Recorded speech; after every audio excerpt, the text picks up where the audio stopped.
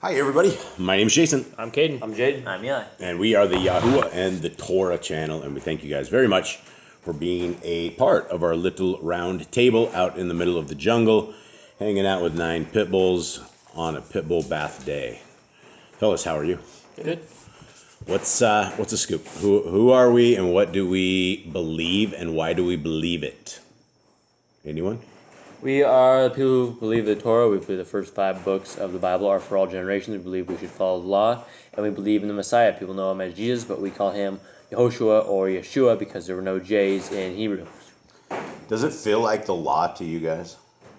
No. I mean, it's called the law. Called the law. I mean, Do you guys feel like it's a law? Do you guys feel like the cops are on you all the time? You feel like this is a heavy... There's no one saying don't eat pork all the time and arresting you for eating pork, but there should be. Yeah, there should be, but does this feel like bondage to you is my question. No. If it's the law, I guess you guys don't understand exactly what the law is. Johnny Law is like that oppressive fella that when you're under the law, it's not a good thing, right?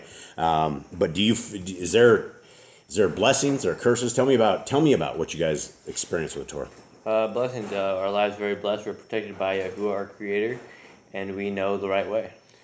Do we never have issues? We have issues all the time. Yeah, we do. Every single day, huh? And it's hard. And so, yeah, we are those people, and we are just hanging out with you guys and hoping that you guys will enjoy our reading here. And this is, before we go into this, guys, this is Yah Scriptures. This is probably the greatest English translation. This is a limited edition because we don't know what the future of this particular print is going to be. It may never come back. It may go to small ones. It may go to something different. So this is limited edition. So if you guys want this, it is available. There are free downloads for eSwords, for PDFs, for Google Apps, what we're reading right here. And it is all available. And the front of it has the name of our Creator and His Son. And then it is for every scriptures you guys are able to order, we're able to get one of them into our brothers and sisters in chains, and the Yah Scriptures Prison Ministry is going very, very well. If you guys are a Torah keeper, and if you guys obey the laws, statutes, and commandments, and love our Creator, and want a pen pal, we have pen pals. We have the ability to get you guys pen pals. We will buy the stamps for you. We will get you in touch with these brothers if you are willing to spend your time and give them some love. Brothers or sisters, if you so choose, give them some love and talk to them. So here is our little chart that we've been going over, and we're only going to be going over this chart for another 3 times because then we are out of this. And actually, we might go over a little bit more after that. But this is the days of Israel when they had kings. And we had Saul, we have David, we had Solomon. And Solomon was the greatest occultist. He was the greatest probably Freemason that there was besides Nimrod. I mean, he had... He was a wizard. By all accounts, this guy was a spell-casting wizard that was able to control the jinn, that was able to control the demons, and he definitely did. And so we will be putting out a book at some point very soon, Restored Names, Testament of Solomon, and we're currently trying to figure out some demon names right now, and that's kind of hard. Okay, anyone want to give me the last what's happened, if you guys can remember the last chapters? Where are we at? Who's doing what? Because this is the southern kingdom that's just about to go into captivity. We're at the final days of all of these kings, and all of these kings did very, very evil things in the eyes of our Creator. Now, their sister tribe, Yisrael, who was the northern 10 tribes, are already in captivity, and they never came back. And so... they did evil in the eyes of Yah, and in 722 BC, they were taken into captivity, and we know these guys were taken into captivity in 586. So basically, that 200 years, inside of this 200 years right there, these guys over here in the southern tribe never figured it out. Like they didn't take it seriously that their entire, the majority of all the tribes were gone. 10 of the 12 tribes were now dispersed across the Euphrates and to everywhere. Okay, fellas, what happened last time? We had Yoshiyahu. He is the king at 8 years old. At 8 years old, he began to reign, and then he was a good king in the eyes of Yahuwah. He was walking perfect in all his ways, writing the Torah, doing as the Torah had said, and dealing with things as they should have been dealt with. Okay. Anything else? Eli, you got anything? Not really. I think, he was the last king that's been talking about. He's the king that we're currently on. Okay. All right. And so we are 2 Kings 22? 23. 23. Okay. You guys ready? Yep. Okay. And the sovereign sent, and they gathered all the elders of Yahudah and Jerusalem to him. And the sovereign went up to the house of Yahudah with the men of Yahudah, and all the inhabitants of Jerusalem with him, and the Kohanim, and the Neviim, and all the people, both small and great. And he read in the hearing all the words of the book of the covenant which had been found in the house of Yahudah. And the sovereign stood by the column and made a covenant before Yahudah, to follow Yahudah, and to guard his commands, and his witnesses, and his laws, with all his heart and all his being, to establish the words of this covenant that were written in this book. And all the people stood to the covenant. So this sounds like good times, right? This sounds like the world we want, right? Where everybody starts listening to the laws of our Creator. It becomes something amazing. And we're not there yet. 4. Then the sovereign commanded Kilikiyahu, the Kohen, and Hagdal, and the Kohanim of the second order, and the doorkeepers, to bring out the Hayekel, the temple of Yahuwah, all the objects that were made for Baal, and for Asherah, and for all the host of the Shamaim. And he burned them outside Jerusalem in the fields of Kidron, and took their ashes to Bet El. Now, what do you think he did with the, wouldn't you think there was some metal and stuff in there? Do you think all these things like Baal was all wood, and Asherahs were all like just wood? I don't know. Nobody had any metal? It didn't say anything about any kind of metal or anything. But that stuff's not going to burn unless you get really super hot. So I guess these things were all wood or something. I don't know. 5. And he put down the black-robed priest, whom the sovereigns of Yahudah had appointed to burn incense on the high places in the cities of Yahudah and in the places all around Jerusalem. And those who burned incense to Baal, to the sun, and to the moon, and to the constellations, and to all the host of the Shamaim. What are these dudes? These are the angels? What? No, these are like the priests. Dude, these are demon dudes. These are the black-robed priests. These are priests of Satan right here, right? Did you guys, let me reread Well, the this. sun, the moon, the constellation, that's angels, right? The stars, aren't those angels? According to Jasher. Listen to what we just said. And he put down the black-robed priest, whom the sovereign of Yahudah had appointed to burn incense on the high places in the cities of Yahudah, and in the places all around Jerusalem, and those who burned incense to Baal, to the sun, and to the moon, and to the constellations, and to all the host of the Shamaim. Did you get anything different? Yeah. Did you get it this time? Yeah. Okay, does anyone else get this? Explain it. Someone explain this to me. He got rid of every single priest, the ones that went to Baal, the ones that were offering incense to like all the pagan deities, got rid of all of them, and he's trying to cleanse Yahudah. These people are like the things that Solomon had put together, right? Solomon was all into the demons of the constellations, right? He was all into. There's something about this. There's something about the constellations, and there's something about all of these demons that this is a legit thing. Like when these people, these black-robed priests, that they will go and these are Satanists, right? These are modern-day Satanists that still try to do the same thing. Because the modern-day Satanists, they will all take the words of Solomon, the Testament of Solomon, and they will try to put this together, and they will try to control these demons themselves. And they probably get owned, just like Solomon ended up getting owned at the end. Okay, 6. And he brought out the Asherah from the house of Yahuwah to the Wadi Kidron, outside Jerusalem, and burned it at the Wadi Kidron, and ground it to ashes, and threw its ashes on the graves of the sons of the people. Why do you think he tossed on the graves of the sons of the people? I think it's maybe like the pagan people. Yeah. I think Maybe the people that did that put all that stuff up? Yeah. So he destroyed it and stuck it on their graves? That's what I'm thinking. Okay, and he broke down the houses of the male cult prostitutes that were in the house of Yahuwah, where the women loved tapestries for the Asherah. Okay, wow, what do we have here? So we have male prostitutes hanging out in the house of Yahuwah. That sounds really bad. Wow. This is what it had come to.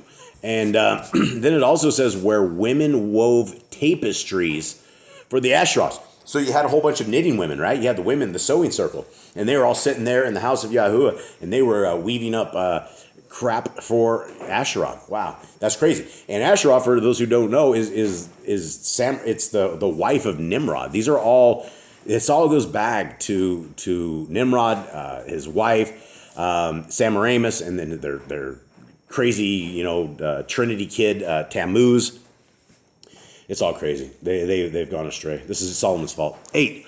And he brought all the Kohanim from the cities of Yehuda and defiled the high places where the priests had burned incense, from Geva to Beersheba, and broke down the high places at the gates, which were at the entrance of the gate of Yehoshua, the governor of the city, which were to the left of the city gate. We're still going on.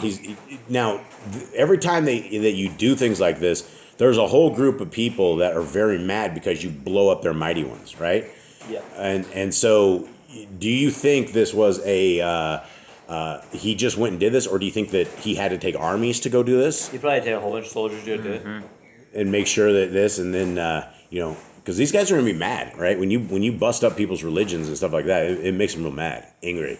It's just like the Christians. When you tell them they're not supposed to eat pork, they turn into the pork master, and they just fight you. Okay, 9. However, the priests of the high places did not come up to the altar of Yahuwah in Jerusalem, but they ate unleavened bread among their brothers. Okay, what does that say? Are we talking? Which priest are we talking here? Or the high priest. I think they're priests. I mean, I don't know. I think not come to the altar of Yahuwah in Jerusalem. I think it's the regular priests, and I think so. I think they decided they weren't going to go back up to that place. And when you had male hookers in there that were, and the women, and I mean the place is defiled. Yeah. I mean, I don't know how you would clean something like that up properly according to how Yah wanted to. 10. And he defiled Topheth, which is in the valley of Ben Hinnom, so that no man could make his son or daughter pass through the fire to Moloch. So, wow, the valley of Ben Hinnom must have had like a ton of babies' corpses or something, like who knows? It sounds like just a processing center. It sounds like modern day abortion centers, really, when you look at this, because there's no other. It's not your kids to Moloch, but you're offering your kids to literally the corkscrew, right? I mean, you're ripping them out by a corkscrew method. You're either burning them, incinerating them, or you're vacuuming them and shredding them to pieces as you rip them and dismember them. And there's silent screams the entire time. So, we haven't stopped offering our kids to Moloch. In fact, we're more than ever ripping these children to shreds. 11. And he did away with the horses that the sovereigns of Yehuda had given to the sun at the entrance to the house of Yahuwah, by the room of Nathan Melech, the eunuch, that were in the court. And he burned the chariots of the sun with fire. So there's a whole other religion here, guys. We're dealing with a whole boatload. Sun worship. Yeah, sun worship. And Christians, Sol Victus, right? You're worshiping on the day of the sun. And they don't get it, right? This is part of the problem, right? This vigilante king right here, trying to save all of the southern tribes, was going crazy, doing the right things. Continuing on, no more sun worship. And the altars that were on the roof of the upper room of Akaz, which the sovereign of Yehuda had made, and the altars which Manasseh had made in 2 courtyards of the house of Yahuwah, the sovereign broke down and rushed from there and threw their dust into the Wadi Kidron. Why do you think he rushed from there? You think this is like, look at this madness. Look at this stuff. We're all going to be destroyed by the hand of our Creator. Yeah, probably. There's going to be violence against us. And this guy's like rushing. So tossed in. Why do you throw it in the Wadi Kidron? Maybe so it goes away. Which river's that again? You remember? I don't remember. Somewhere in Judah. Yeah, 13. And the sovereign defiled the high places that were before Jerusalem, which were on the right hand of the mountain of destruction, which Shalomah, sovereign of Israel, built for the Asheroth, the abomination of the Zidonians, and for the Chemosh, the abomination of the Moabites, and for the milk. Is it? I can't even see that. Is it? It's Milcom, the abominations of the children of Ammon. Wow. So you have how many different gods here, right? Just in this one verse alone, you have what? 1, 2, 3 at least, right? These people went, not only did they go astray, these people went astray. These people were what you would call adulterers that have taken what our Creator has given them and just really defiled it. 14. And he broke in pieces the pillars and cut down the Asherim and filled their places with the bones of men. Fantastic. Hey, this guy's like, he knows how to make it right. A lot like his grandfather. Yeah, the bones of men, it was probably the same thing. Just go empty the graves, dump all their bones right here. Let's remember this. Okay, 15. And also the altar that was at Beth El, and the high place which Jeroboam, son of Nebat, made, by which he made Yisrael sin, both that altar and the high place he broke down, and he burned the high place and ground it to dust and burned the Asherah. Dude's a vigilante, man. This guy's a hero. Then Yoshiyahu turned and saw the tombs that were there on the mountain. And he sent and took the bones out of the tombs and burned them on the altar, and defiled it according to the word of Yahuwah, which the man of Elohim proclaimed, who proclaimed these words. All right, anyone to catch that one? What does this one say? So it's basically whoever told this guy to go do this, he's doing this to the man of Elohim, which I don't know if it's a Kohen or if it's a prophet, but he's doing it as this guy that the man of Elohim is telling him to do. He took the bones out of the tombs and burned them on the altar. That's crazy, right? This is like... I think it was more like disrespecting, like these people don't deserve the honorable death. They shouldn't even deserve bones alive, right, or something. Okay, 17. And he said, "What tombstone is this that I see?" And the men of the city said to him, "It is the tomb of the man of Elohim, who came from Yahuda and proclaimed these matters which you have done against the altar of Bet-El." Remember that guy? Yeah. Remember that guy? That guy was... And he said, "Let him alone. Let no one move his bones." So they left his bones alone with the bones of the Navi who came from Shomron. I was back in That guy was a bad guy, though. Back in Jezebel's days. Yeah, and remember, that was a crazy incident. Anyone remember that? Yeah, this guy lied and then got a man of Elohim killed. Yeah. And then he ended up dying for it. Yeah, it's crazy. But, it's like they see there's a lot of respect here. When those guys were they ended up being bad dudes at the end. Okay. Respect to the Navi. And Yoshiyahu also took away all the houses of the high places that were in the cities of Shomron, which the sovereign of Israel had made to provoke. And he did to them according to all the deeds he did in Bet-El. He's great. He took them out. And he slaughtered all the priests of the high places who were there on the altars, and burned men's bones on them, and went back to Jerusalem. I had to stop on that because I'm like, wow, hold on. He slaughtered all the priests on the high places who were there on the altars. So he killed them on their own altars. I think he did, and burned men's bones on them, and went back to Jerusalem. So here's one final sacrifice. That's awesome. Sacrifice them to their gods. This dude's a renegade, total renegade. Wow. And the sovereign commanded all the people, saying, "Prepare the Pesach to Yahuwah your Elohim, as it is written in this book of the covenant.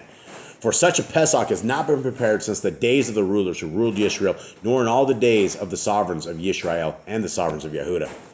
But in the 18th year of sovereign Yoshiyahu, this Pesach was prepared before Yahuwah in Jerusalem. And also, Yoshiyahu put away all who consulted mediums and spiritualists in the house, and household mighty ones and idols, and all the abominations that were seen in the land of Yehuda and in Jerusalem, in order to establish the words of the Torah which were written in the book of Kilikiyahu." What's Kilikiyahu? That's the priest. He's the Kohen right now. The Kohen found in the house of Yahuwah. And before him there was no sovereign like him, who turned back to Yahuwah with all his heart, and with all his being, and with all his might, according to all the Torah of Moshe. And after him, none rose up like him. However, Yahuwah did not turn from the fierceness of his great wrath, with which his wrath burned against Yahudah, because of all the provocations with which Manasseh had provoked him. And Yahuwah said, "Even Yahudah I shall remove from my presence, as I have removed Yisrael, and I shall reject this city of Jerusalem, which I have chosen, and the house of which I said, my name is there." And the rest of the acts of Yoshiyahu, and all that he did, are they not written in the book of the annals of the sovereigns of Yehuda? In his days, Pharaoh Necho, sovereign of Mitzrayim, went up against the sovereign of Ashur to the river Pereth, and sovereign Yoshiyahu went out to him, and he killed him at Megiddo, when he saw him. And the servants conveyed his body in a chariot from Megiddo, and brought him to Jerusalem, and buried him in his own tomb. And the people of the land took Yahoachaz, son of Yoshiyahu, and anointed him, and appointed him to reign in his father's place. Yahoachaz was 23 years old when he began to reign, and he reigned 3 months in Jerusalem. And his mother's name was Camutal, the daughter of Yirmiyahu of Livnah. And he did evil in the eyes of Yahuwah, according to all that his fathers did. And Pharaoh Necho imprisoned him at Rivlah, and the land of Kamath, to keep him from reigning in Jerusalem. And he imposed on the land a fine of 100 kickers of silver and a kicker of gold. And Pharaoh Necho appointed MELAKIM, son of Yoshiyahu, to reign in the place of his father Yoshiyahu, and changed his name to Yahoiakim. And Pharaoh took Yahoachaz and went to Mitzrayim, and he died there. And Yahoiakim gave the silver and gold to Pharaoh. Only he taxed the land to give silver according to the command of Pharaoh. He exacted the silver and gold from the people of the land, from everyone according to his assessment, to give it to Pharaoh Necho. Yahoiakim was 25 years old when he began to reign, and he reigned 11 years in Jerusalem. And his mother's name was Zevidah, the daughter of Pevidiah of Rumah. And he did evil in the eyes of Yahuwah, according to all that his fathers did. I feel like the kings messed up. They forget to tell their sons they need to obey the Torah. Yeah, what's going on with that? Yeah, why all of a sudden, like, he does all these great things, did he just forget, like, hey, you need to do what I did? Or, He was out doing all this stuff, but he forgot to take his kid with him. so then, like, David, Maybe he should have taken his kid to the missions. yeah, David, right? He had Solomon, he kind of obeyed Torah, then fell astray. Solomon forgot to teach his son, he went astray. Then we had Hezekiah, he did really good, and then his son Manasseh went astray. David was a derelict father. David was a bad father, which is why he didn't beat Solomon and to getting this corruption out of his mind. This guy was crazy. And it only got worse. David might have been a man after Yah's own heart, but Solomon absolutely was a wild man. All right, everybody. Well, thank you guys very, very much. We hope you guys have a wonderful day. Much love to everybody out there. Have a good day. We're out. All right, shalom.